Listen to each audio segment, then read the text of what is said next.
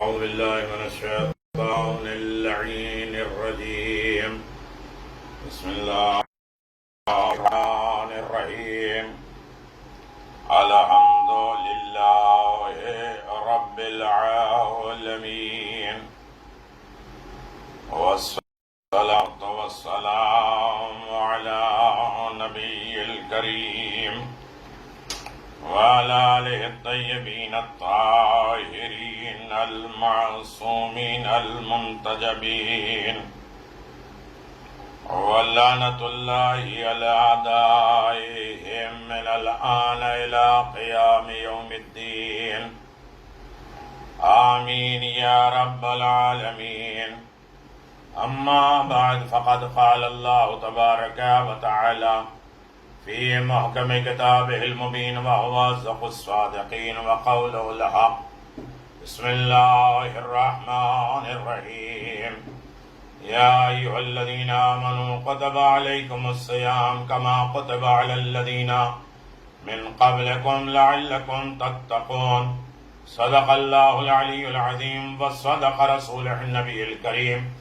سامعین گرامی قدر، ناظرین محترم، 23 ماہ رمضان شب قدر گزر چکی، عظیم ترین دن، اور مقصد، فضیلت اور اہمیت کے ضمن میں ہماری گفتگو جاری و ساری ہے. تھوڑی تفصیلی باتیں ہوتی ہیں. کم از کم انسان تنہائی میں یہ موقع وقت تلاش کرتے ہوئے اسے سماعت فرمائے اور حساب و کتاب کرے. یقیناً ان دعاؤں کے فلسفے کو ہم نے کتنا جانا، کتنا پرکھا اور کتنا تقویٰ ہم نے اپنے زندگی میں ڈالا. یقیناً آہستہ آہستہ انسان متقی و پرہیزگار بن جائے گا، پھر قرآن بھی اس کی ہدایت کرے گا اور علی بھی اس کے امام المتقین ہو جائیں گے.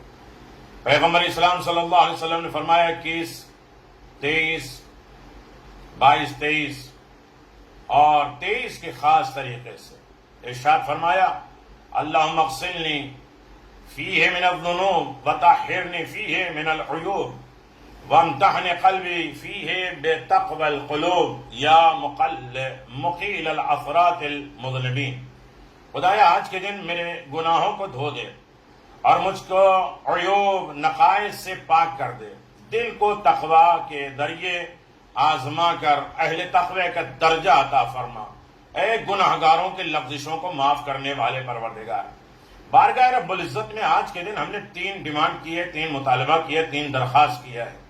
گناہوں سے دوری کر دے، دوری اختیار کرا دے، ہم گناہوں سے دور ہو جائیں. عیوب سے پاک ہونے کی دولت دے دے. تقوی قلبی کے ذریعے آزمائش اور کامیابی کی منزل پہ ہمیں پہنچا دے. دل کے تقوی کے اعتبار سے یقیناً غسل یعنی دھونے کو کہتے ہیں. اللہم اغسلنی دھونے کو کہتے ہیں. دعا کے اس فقرے میں دھونے سے مراد دامن کردار کو گناہ کے داغ سے صاف اور صاف کرنا، پاک صاف کرنا. ذنوب زم کی جمع ہے. زم سے مراد گناہ، اور گناہ ہر اس عمل کو کہتے ہیں جس میں خدا کی نافرمانی اور غضب. میں خوش فہمی میں نہیں رکھنا چاہتا، نہ ہونا چاہتا. یہ نظر و نیاز کر لیا، یہ کام کر لیا، مجلس کر لیا، محفل کر لیا، آپ بخشے جائیں گے. لیکن معصومین نے جو کہا ہے اس پر بھی ہمیں تھوڑی توجہ دینا پڑے گا، تاکہ ادھر سے بھی یہ پیغام مل جائے کہ تو میرا ہے. یعنی تمام گناہوں 2 چیزوں میں ہے تمام گناہ. ایک ترک واجبات ہے، واجبات کو چھوڑ دینا، اور دوسرا ہے انجام محرمات، حرام چیزوں کو انجام دینا. کیونکہ واجبات کا ترک کرنا خدا کی نافرمانی ہے، اور اسی طرح عمل حرام انجام دینا خدا کی نافرمانی ہے. لہذا گناہ سے محفوظ رہنا ہے تو ضروری ہے کہ واجبات پر عمل پیرا ہو اور محرمات سے پرہیز کرے. گناہ سے پاک ہونے کی راہیں کیا ہیں؟ کس طریقے سے ہم گناہ سے پاک ہو سکتے ہیں؟ قرآن کریم، احادیث معصومین علیہم الصلوۃ والسلام نے مومن کے گناہوں سے پاک ہونے کے مختلف راہیں ہیں بتائی گئی ہیں، جن میں سے بعض کا ذکر ہے. نمبر 1، گناہ کا اقرار کرنا. بارگاہ الہی میں سب سے پہلے انسان اپنے کیے ہوئے گناہوں کا اقرار کر لے، ایکسپٹ کر لے، اور اپنے آپ میں شرمندہ ہو جائے، اظہار ندامت کرنے لگے. امام صادق علیہ السلام نے فرمایا ما خرج عبد من ذنب بإصرار ما خرج عبد من ذنب الا اقرار، کافی جلد نمبر 2 میں۔ بندہ اس وقت تک گناہ سے خارج نہیں ہوتا جب تک وہ اس کا اقرار نہ کرے۔ یاد رہے انسان رات کے سناٹے میں نماز شب میں آ کے اقرار کر لے، یاد ہے انسان صرف اور صرف خدا کی بارگاہ میں اقرار گناہ کرے، خدا کے علاوہ کسی اور کے سامنے اپنے گناہ کو بیان نہ کرے۔ توبہ اور استغفار کیا ہے؟ خدا کی بارگاہ میں اقرار گناہ کے بعد توبہ اور استغفار کی منزل ہے۔ البتہ توبہ اور استغفار صرف زبانی نہ ہو بلکہ حقیقی ہو۔ حقیقی استغفار کے معنی اس کے شرائط کو 5 تاریخ کے دعا میں مولا کائنات کی وہ نورانی کلمے کو میں نے بیان کیا۔ استغفار معصومین، انبیاء و مرسلین کا استغفار، قرآن کے حکم استغفار۔ استغفار ہے کیا؟ استغفار بلندی درجات کا نام ہے، استغفار شکرانے کے لیے ہے۔ وہ 13 چیزیں ہیں جو استغفار، ہم سمجھتے ہیں گناہگار ہیں نہیں تو استغفار کیوں کریں؟ میرے عزیزوں، امام حسن مجتبیٰ کے پاس کوئی شخص آیا، ابھی آپ نے شب قدر میں 70 ٹائم استغفار کیا ہے، یعنی شکرانے کے طور پہ، درجات بلندی کے لیے۔ امام حسن مجتبیٰ کے پاس ایک شخص آیا، میں گناہگار ہوں، بے روزگار ہوں، بزنس ختم ہو گیا، بیماری ہے، یہ دکھ ہے، یہ درد ہے، یہ پریشانی ہے، لا ولد ہے، سب کا ایک ہی علاج امام نے بتایا، استغفار کرو۔ اسی طرح امام علی بن ابی طالب کی ہے، لوگوں نے پوچھا ساری بیماریوں کا ایک علاج، تو آپ نے سورہ نوح کی آیت پڑھی، آواز اللہ نے کہا کہ دیکھو استغفار کرو، ہم تمہارے رکے کاموں کا آسان کر دیں گے، تمہاری تجارت بڑھا دیں گے، کھیتی آباد کر دیں گے، اولاد میں نسل دیں گے، رزق دے دیں گے۔ تو لوگ جو علی کے پاس بیٹھے تو وہ کہتے کہ ہم نے آج لگا کہ آج یہ آیت ہم نے آج پڑھی۔ تو سب سے پہلے توبہ اور استغفار گناہوں کے کفارے کا ذریعہ ہے، ختم کرنے کا ذریعہ ہے، گناہوں کو اپنے سے دور بھگانے اور دھل دینے کا نام ہے۔ امام محمد باقر علیہ السلام فرماتے ہیں التائب من الذنب کمن لا ذنب لہ، گناہ سے حقیقی توبہ کرنے والا نہ گناہ کرنے والے کی طرح ہے۔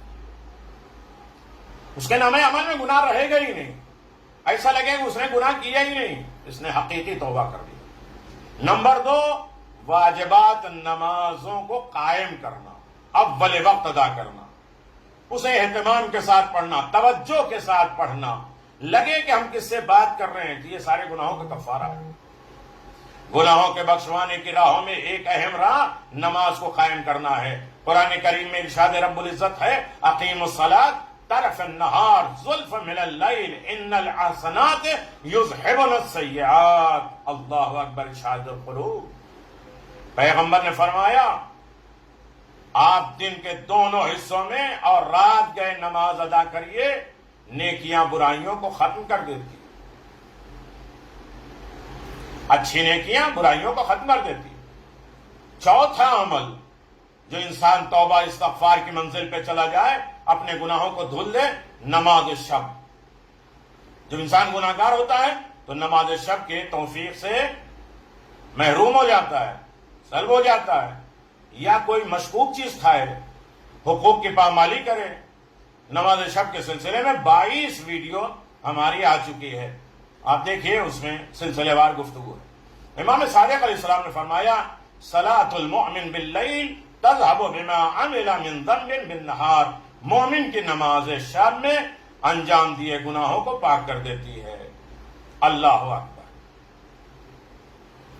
پھر اس کے بعد حج اور عمرہ سارے گناہوں کو ختم مٹا دیتی ہے۔ الحجۃ ثواب الجنہ والعمرۃ کفارۃ من کل ذنب، حج واجب کا ثواب جنت ہے، عمرہ ہر گناہ کا کفارہ ہے۔ بہت مختصر، بہت تشریح نہیں۔ چھٹی چیز جو ہمارے گناہوں کو دھلنے کا سبب ہے زیارت امام حسین۔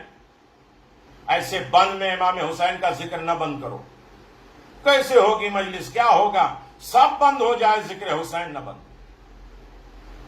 حسین کا دروازہ کھلا رکھو، ساری بیماریاں خود بخود نکل جائیں گی، ساری پریشانیاں خود بخود ختم ہو جائیں گی۔ اپنے مرحومین کے لیے ذکر حسین اپنے لیے ذکر حسین، اپنی آل اولاد کے لیے ذکر حسین، خاص طریقے سے اپنے لیے ذکر مولا۔ کل بحمدللہ 4 جگہ اعمال شب قدر کرانے کا موقع ملا، ہر جگہ 2.5 سے 3 گھنٹہ صرف قرآن کے عمل ہوئے۔ گریا، فریاد، آہ گریا، ہر انسان محسوس کر رہا تھا کہ ہم گناہگار ہیں۔ نے کہا ہر غم میں تم روئے ہو، آج خوف خدا میں رو کے دیکھو۔ امام حسین کے توسل سے، امام حسین خوف خدا کیسے رکھتے تھے، امام حسین ہمیں کس طرح سے خدا کی طرف بلا رہے تھے۔ تو ہمارے لیے امام حسین کی زیارت کے دروازے کو کھول دے اللہ، یہ مشکلات، یہ بیماری کو دور کر دے، یہ مصائب اور آلام کو ختم فرما۔ اللہ اکبر۔ زیارت امام حسین نماز شب میں اور شب قدر میں الفت آل محمدی تو مانگنا ہے، امام زمان سے رابطہ ہو جائے، یہی تو مانگنا ہے، زیارت امام حسین مل جائے، یہی تو دولت ہے، سارے گناہوں کا کفارہ ہے۔ امام رضا علیہ السلام نے فرمایا اپنے صحابی ابن شبیب سے، یعنی چھوٹی دعا پڑھنے کا مطلب یہ ہے کہ اس کی گہرائیوں میں جائیں، اس کے اہتمام کے ساتھ پڑھیں۔ یا ابن شبیب ان سرک ان تلقى اللہ عز وجل لا ذنب علیک فزر الحسین وزور الحسین۔ اللہ اکبر۔ اے شبیب کے بیٹے، اگر تو چاہتا ہے کہ خدا سے اس حال میں ملاقات کرے کہ تیری گردن پہ کوئی گناہ نہ ہو تو امام حسین کی زیارت کرو۔ مولا کیسے جائے؟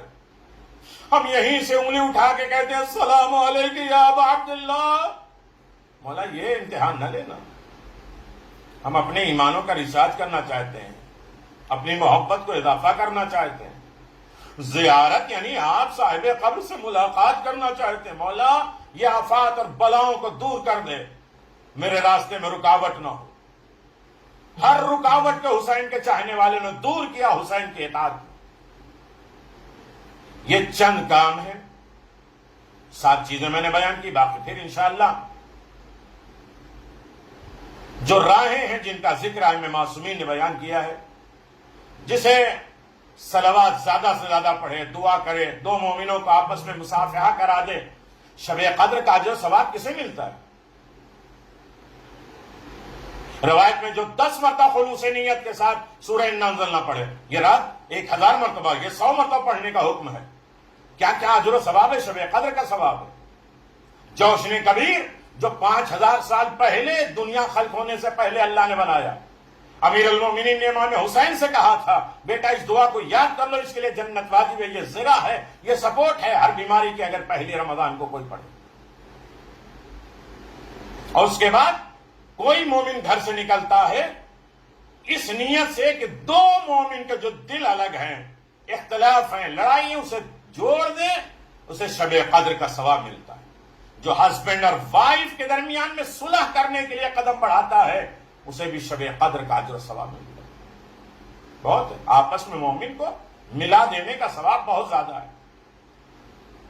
شہادت گناہوں کا کفارہ ہے، روزہ گناہوں کا کفارہ ہے، جنازے کے پیچھے چلنا گناہوں کا کفارہ۔ روزانہ صرف خبر انا للہ یا من یجیب، اللہ بے وقت حادثاتی موت سے ہمیں محفوظ ہے، نہ وصیت کر سکے، نہ نصیحت کر سکے، نہ توبہ اور استغفار کا موقع مل جائے۔ میرے اللہ ایسے مسائل سے ہمیں محفوظ فرما۔ احکام دین کی تعلیم کرنا یہ سب گناہوں کا کفارہ ہے۔ کبھی موقع ملے گا تشریح کے ساتھ، یہ نہیں آج سارے انسان واٹس ایپ پہ، فیس بک پہ یہ دعائیں ہر دن کی بھیجتے جا رہے ہیں۔ پہلے اسے ڈیٹیل کے پڑھو، سمجھو، اور اس کی تشریح میں جاؤ، اس کی گہرائیوں میں جاؤ، سمجھو کہ کیا مانگا گیا ہے۔ یہ تقوی کا ایک قدم، ایک زینہ ہے جو 30 رمضان کو ہم انشاءاللہ 30 زینے کراس کر کے لعلکم تتقون، شاید اسی طرح متقی و پرہیزگار بن جائے گا۔ حسن خلق، اچھا اخلاق گناہوں کا کفارہ ہے۔ زیادہ سجدہ کرنا، زیادہ راہ خدا میں دینا، صدقہ کرنا، اچھائیاں کرنا، لوگوں کے مدد کرنا، نصرت کرنا، کھلانا پلانا۔ تندرستی میں ہونے کے بعد لوگ دوسرے کے کام آئے تو کوئی فائدہ نہیں، جب ہمارے پاس کچھ نہ ہو تب ہم کسی کے کام آئے تاکہ اللہ ہمارے کام آئے۔ اہل بیت نے اپنے کھانے کی روٹیاں اٹھا کے دے دی، اپنی ضرورت کی روٹی. تو میرے عزیزوں یہ وہ کام ہے جو گناہوں سے چھٹکارا دلاتے ہیں، گناہوں کو دھلوا دیتے ہیں، ختم کر دیتے ہیں. دوسرا فقرہ ہے، وقت نہیں ہوتا ہے، بڑی جلدی جلدی بات کرنی ہوتی ہے. وَطَهِّرْنِي فِيهِ مِنَ الْعُيُوبِ. عیوب عیب کی جمع. انسان میں عیوب دو طریقے کے ہوتے ہیں، عیب دو طریقے کے ہوتے ہیں، ایک ظاہری اوپن، ایک باطنی انٹرنل. مگر عیوب سے مراد باطنی عیوب، اندر کے، ہمارے اندر کے فتنے، اندر کے جلسی، اندر کے جو ہے وہ ایک دوسرے کے غیبت، بہتان، یہ سارے الزامات، یہ بدزنی، بدسلوکی جو زبان کے 40 گناہ ہوتے ہیں، یہ عیوب. کیونکہ ظاہری عیب دراصل جسمانی نقص ہے، جسمانی بیماری ہے. یعنی انسان کے پارٹ آف باڈی میں کسی عضو میں کسی حصے کا ناقص ہو جائے، ہاتھ معاذ اللہ چل ہو جائے، آنکھیں خراب ہو جائیں. اسی طرح ظاہری عیب کوئی گندگی پلیدگی نہیں ہے کہ ہاتھ ٹیڑھے ہو جائیں، لیکن اندر کی اگر بیماری ہو جائے، حسد ہو جائے، کینہ ہو جائے، تکبر ہو جائے، خود پسندی ہو جائے، عجب ہو جائے، یہ دراصل باطنی خباثت ہے، برائیاں ہیں جس کی وجہ سے انسان کا نفس، اس کا عمل معیوب ہو جاتا ہے. کم از کم روزے کی حالت میں اپنے آپ اپنے بازو پکڑ کے ہم کہیں اسمع افہم، سن اور سمجھ. ہم نے دوسرے کے اعمال تو بہت چیک کر لیے، تھرمامیٹر لے کے دوسروں کی نیکیوں کو بہت چیک کر لیے. آج ماہ رمضان میں اپنے آپ کو چیک کرنا ہے، کتنے پلس ہیں، کتنے ایمانی جذبات ہیں، کتنی بیماریاں خرابیاں آ گئیں. اللہ اکبر. معیوب عمل، عیوب عمل بارگاہ رب العزت میں قابل نہیں ہے، قابل قبول نہیں ہے. لہذا ماہ رمضان میں، رمضان کی بابرکت اور رب العزت کی بندے کی دعا میں، خدایا آج مجھے ان نفسانی بیماریوں اور خباثتوں سے پاک فرما، کیونکہ یہ باطنی عیوب، باطنی اندرونی غلطیاں، یہ خباثتیں انسان کو منزل کفر تک پہنچا دیتی. برائی کرتے کرتے انسان کفر کی منزل پہ پہنچ جاتا ہے، بظاہر اپنے آپ کو مسلمان سمجھتا ہے، خواہ وہ کفر اعتقادی ہو یا عملی ہو. کوئی عقیدن کفر اختیار کرتا ہے، کوئی عملاً کفر اختیار کر لیتا ہے. تو دونوں تمام عیوب سے ہمیں پاک رکھنا ہے. امام جعفر صادق علیہ السلام نے فرمایا، یہ ہمیں یاد رکھنا چاہیے، اصول الکفر ثلاثۃ: الحرص والاستکبار والحسد. فاما الحرص فإن آدم حين نحي عن الشجرة حملت الحرص على أن أكل منها. أما الاستكبار فإبليس حيث أمر بالسجود لآدم بأبي. أما الحسد فأبنى آدم حيث كل عدمه صاحب. کفر کی جڑیں 3 ہیں. ہم کسی کو کافر کہیں، پہلے یہ سوچ لیں کہ جڑ اور بیس اور بنیاد کبھی ہمارے اندر تو نہیں پائی جا رہی. عقیدہ ٹھیک ہے ہمارا کچھ اور ہو، لیکن عمل تو کفر جیسا ہے. ایک حرص ہے، ایک لالچ ہے، تکبر ہے، حسد ہے، جیلسی. جب آدم کو جنت سے منع کیا گیا تھا درخت سے، تو حرص، لالچ نے انہیں کھانے پر اکسا دیا. جب ابلیس کو آدم کا سجدہ کرنے کا حکم دیا گیا تو تکبر نے ابلیس کو سجدہ کرنے سے روک دیا. حسد نے آدم کے 2 بیٹے حابیل اور قابیل میں سے ایک کو دوسرے کے اوپر قتل کرنے پہ مجبور کر دیا. اللہ اکبر. امام صادق علیہ السلام فرماتے ہیں، ان الحسد یاکل الایمان کما تاکل النار الحطب. یقیناً حسد ایمان کو اس طرح کھا جاتا ہے جس طرح آگ لکڑی کو کھا جاتی ہے. بہت سخت منزل ہے. جلسی کی علامتیں 32 ہیں، اور کوئی حسد کرنے والا یہ نہیں کہتا کہ ہم حسد کرتے. میرے رجب کے وہ پیراگراف کو دیکھ لیجئے گا کہ ہر انسان اپنے آپ کو آئینے میں دیکھ کے کہے گا کہ ہاں یقیناً ہمارے اندر حسد پایا جاتا ہے، اور حسد کی ہمیں بیماری لگ گئی ہے، اور جس سے بال نہیں جھڑتے، ایمان جھڑ جاتا ہے. ام یحسدون الناس علی ما آتاہم اللہ فضلہ. تمہیں کیا ہو گیا؟ اللہ کی دی ہوئی نعمتوں سے، اللہ نے جنہیں اپنے فضل سے دیا اس سے حسد کرتے، جلسی کرتے. یہ تمام اندرونی عیب ہیں، انٹرنل، جس کے ہوتے ہوئے ایمان کا صحیح سالم رہنا ناممکن ہے. لہذا پروردگار عالم سے دعا ہے، خدایا آج ان عیوب سے ہمیں پاک اور پاکیزہ قرار دے.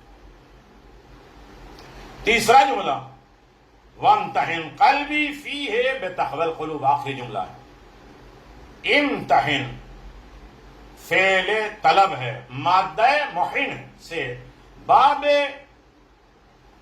افعال یہ افتعال جس کے معنی آزمائش کرنے کے ہیں، امتحان لینے کے. خدا اولئک الذین امتحن اللہ قلوبا للتقوی، یہی وہ لوگ ہیں جن کے دلوں کو خدا نے تقوی سے آزمایا، خوف خدا میں. یاد الہی میں آج یہ ساری مشکلات دیکھ لیجئے، اس وقت ہمیں آزمائش تو ہو رہی ہے کہ دوسروں کے کتنے کام آؤ گے، اپنے اعمال کی طرف کتنا متوجہ ہوگے، اپنے انٹرنل مسائل کو کتنا حل کرو گے، اپنی ذات کے اوپر عمل کے اعتبار سے کتنی توجہ کرو گے. سب تیاری کرنا ہے. حادثاتی موت بڑھتی جا رہی. اللہ اکبر. قلبی تقوی، دل کا تقوی. پیٹ کا روزہ الگ ہے، زبان کا روزہ الگ ہے، دل کا روزہ الگ ہے. بظاہر تقوی اور متقی پرہیزگار جھک کے عبادت گزار بننا. قلبی تقوی اور امتحان قلب کے معنی یہ ہیں کہ خدا کریم ہمارے دلوں کو تقوی اور پرہیزگاری کے ذریعے آزمائے اور اس کی آزمائش کے نتیجے میں ہمیں اہل تقوی سے قرار دے دے. اب تقوی کی بنیاد ایک زینہ آپ متقی بنتے جا رہے ہیں، ہر دن ایک خزانہ اپنے اندر جمع کر رہے ہیں تاکہ آہستہ آہستہ انسان متقی بن جائے. تقوی اسم ہے اتقا سے، جس کے لغوی معنی ڈکشنری معنی ہے بچنے، محفوظ رہنے کے. تقوی کے اس معنی بیان کیے گئے حفظ النفس اما یؤثم، ان چیزوں سے اپنے نفس کی حفاظت کرنا جو گناہ ہیں. جیسا کہ پہلے عرض کیا جا چکا ہے، گناہ دو چیزوں میں ہے چھپے ہوئے ہیں، اور ایک ترک واجب میں، ایک حرام چیزوں کے انجام دینے میں. تقوی کا کم ترین درجہ انجام واجبات اور ترک محرمات. واجب کو پورا کرے اور حرام سے بچتا رہے، اپنے اعتبار سے نہ واجب رکھے، اپنے اعتبار سے نہ حرام رکھے. تو مومنین کرام، تقوی قلب یعنی دل کو شیطانی وسوسے، ریا، عجب، خود پسندی، تکبر، شہرت طلبی، اپنا اسٹیٹس، اپنا مقام، فکر گناہ وغیرہ، ان تمام چیزوں سے محفوظ رکھے. دل کو خدا کے لیے خاضع، خاشع بنائے، جھکائے خدا کے سامنے. اسی لیے قرآن کو سر پہ رکھ کے عمل کر رہے ہیں. لوگوں نے کہا کہ ہم عمل نہیں کریں گے، اتنی بڑی شرط ہے. ہم سوچتے ہیں بڑا آسان ہے سر پہ قرآن رکھ کے. ارے نور قرآن کو نور عقل میں ملانا ہے، ہدایت قرآن کو اپنی ناقص عقل میں جمع کرنا ہے، اپنے سر کو قرآن کے آگے تواضع اور انکساری کرنا ہے. تھوڑی دیر قرآن ہمارے سر سے ٹچ نہ ہو تو کتنی بڑی قسمیں کھا رہے ہیں. ایک تو سر بھی ہمارا قرآن، ہاتھ میں قرآن، سر پہ قرآن رکھ کے ہم کتنے اللہ کے نام 10 مرتبہ، رسول کے، ائمہ معصومین کے 10 نام لے کے قسم کھا رہے ہیں. جو ایک مرتبہ قسم کھانے سے گھبراتا ہے. جو کچھ بھی قرآن میں ہے، 96 ٹاپک ہیں قرآن میں، جو قرآن میں ہے، جس کے ساتھ قرآن میں ہے، جس سے میں ڈرتا ہوں، جس سے امید لگا رہا ہوں، سب کو میں ایگری کرتا ہوں، سب کو مانوں گا، سب کو عمل کروں گا. قرآن ایسا نہیں کہ عمل کرنے کے بعد تھوڑی دیر ٹچ رہا اور پھر قرآن ہٹ گیا، قرآن اپنی جگہ پہ ہمارا سر الگ. نہیں، یہ ٹچ، اس کا گرنٹ کچھ دن تک باقی رہے. نور قرآن نور عقل میں اترتی جائے تاکہ دماغی مکر و فریب، دھوکے، فتنے سے لوگ بچے رہیں. اس لیے کہ اس میں قرآن ٹچ ہو چکا. بہت طریقے سے میں نے اعمال کرایا، تینوں راتوں میں 4 جگہ پہ الگ الگ طریقے سے اعمال کرایا. الحمدللہ قبول کیا ہے تو موقع دیا ہے، توفیق دی ہے تو موقع دیا ہے. ان تمام چیزوں کو فکر گناہ سے محفوظ رکھے، قلب کو خدا کے لیے خاضع اور خاشع قرار دے تاکہ دل اللہ کی ہر نشانی کے سامنے سر تسلیم خم ہو جائے. قرآن کریم نے خود اعلان فرمایا، ذالک من یعظم شعائر اللہ فانھا من تقوی القلوب. یہ ہمارا فیصلہ ہے، جو بھی اللہ کی نشانیوں کی تعظیم کرے گا، یہ تعظیم اس کے دل کا تقوی کا نتیجہ ہے. شاعر الہی کی تعظیم، اللہ کی نشانیوں کی تعظیم، رسپیکٹ، ادب، احترام، تقوی قلب کے درمیان ربط، کنیکشن روز روشن کی طرح واضح ہے. کیونکہ ایک ریاکار، دکھاوا انسان کرنے والا ممکن ہے دوسروں کو دکھانے کے لیے اللہ کی خاص نشانیوں کو ظاہری احترام اور تعظیم کرے، مگر اس کا دل نہ جھکا ہو. الہی نشانیوں کے آگے حقیقی تعظیم اور تکریم وہی ہے جہاں سروں کے ساتھ ساتھ دل بھی جھک جائے. میں نے کہا نا، مجلسیں کریے، کروائیے. یہ آن لائن ہوتا ہے، کون کچھ مانگ رہا ہے؟ مرحومین اپنے نام بھیجتے ہیں، ماشاءاللہ مجلس ہوتی ہے، کافی لوگ دیکھتے ہیں اور بھیجتے ہیں. کم از کم ایسے وقت میں ذکر حسین بند نہ کریں. خدا کریم کی بارگاہ میں دعا ہے کہ خدایا ہمیں حقیقی تقوی قلب عطا فرما تاکہ ہم تیری وحدانیت کے جلوے کو دل کی نگاہوں سے دیکھ سکیں، جس طرح امیر المومنین نے کہا، ان کے جلوے کے سامنے حقیقی طور پہ تعظیم و تکریم بجا لا سکیں، اور ہمیں ہر فتنے آفات اور بلاؤں سے ہمیں محفوظ فرما، عزت و کامرانی کی زندگی عنایت فرما۔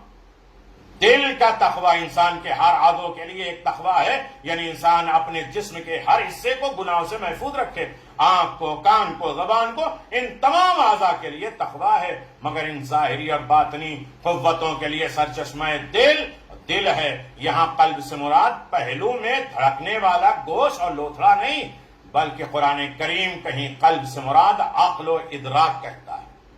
ان فی ذلک لذکر لمن کان لہ قلب اور علق السمع وهو شہید، یا قلب سے مراد روح و جان قرار دیا، اذا ذاقت الابصار بلغ القلوب الحنان، یا قلب سے مراد مرکز عطافت اور احسانات قرار دیا ہے، فیما رحمت من اللہ لنت لہم ولو کنت فقط غیظا قلب لانفضوا من حولک۔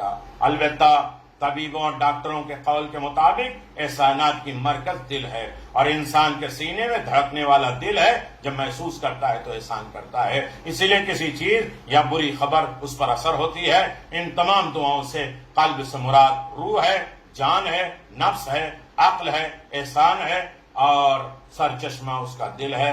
اللہ ہمارے دلوں سے یہ ساری چیزیں ظاہر فرما۔ دل میں خدا رہتا ہے، امام حسین رہتے ہیں، اور جیسا ہم اپنے دل سے آرڈر دیں گے ہمارے اعضاء و جوارح اس سے فالو کریں گے۔ خداوند عالم ایسی تاریخوں میں ہمیں زیادہ سے زیادہ بارگاہ رب العزت میں عبادت کرنے کی توفیق عنایت فرما، اور تمام دہشت گردیوں سے ہمیں محفوظ فرما۔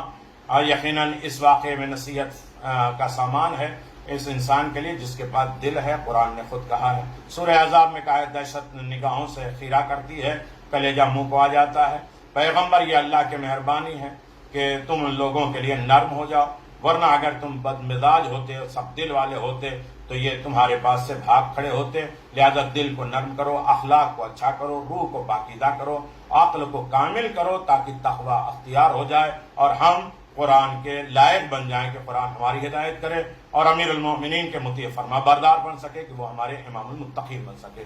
خدا ہم سب کی عبادتوں کو قبول فرما، زیادہ زیادہ کار خیر کی توفیق عطا فرما، ایسے مشکلات میں لوگوں کے کام آنے کی دولت عطا فرما، فکر و نظر کو ہماری پاک کر دینا، یہ زندگی کی آخری عبادت نہ قرار دینا، روضہ مقدسہ پہ پہنچنے کی دولت عطا فرما، حج و عمرے کی توفیق عنایت فرما، ہمارے امام کے ظہور میں تعجیل فرما، ہم سب کے مرحومین کی مغفرت فرما، ہمارے زندوں کی حفاظت فرما۔ رب صلی علی محمد و آل محمد وعجل فرج آل محمد۔